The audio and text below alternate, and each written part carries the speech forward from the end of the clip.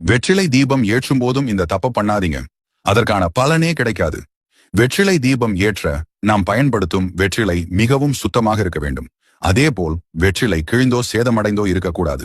வெற்றிலை தீபம் ஏற்றும் தட்டு எவர் சில்வர் தட்டாக இருக்கக்கூடாது. பித்தளை தட்டு, வெள்ளி தட்டு, செம்பு தட்டு, மண் தட்டு போன்ற தட்டில் மட்டுமே ஏற்ற வேண்டும். வெற்றிலை தீபத்திற்கு ஏற்றக்கூடிய திரியானது பஞ்சு திரியாக தான் இருக்க வேண்டும். வெற்றிலை தீபம் பசு நெய்யினால் மட்டுமே ஏற்ற வேண்டும். நெய் இல்லாத பட்சத்தில் நல்லெண்ணெயில் ஏற்றலாம். இதனை தவிர்த்து மற்ற எண்ணெயில் ஏற்றக்கூடாது.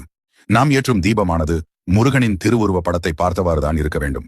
வெற்றிலையின் காம்பினை அகல் விளக்கில் போட்டு எண்ணெய் ஊற்றி விளக்கேற்றும் பழக்கம் இருக்கும்.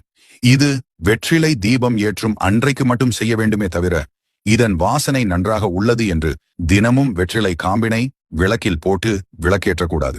வெற்றிலையின் காம்பு பகுதி தட்டின் நடுப்பகுதியில் இருக்க வேண்டும்.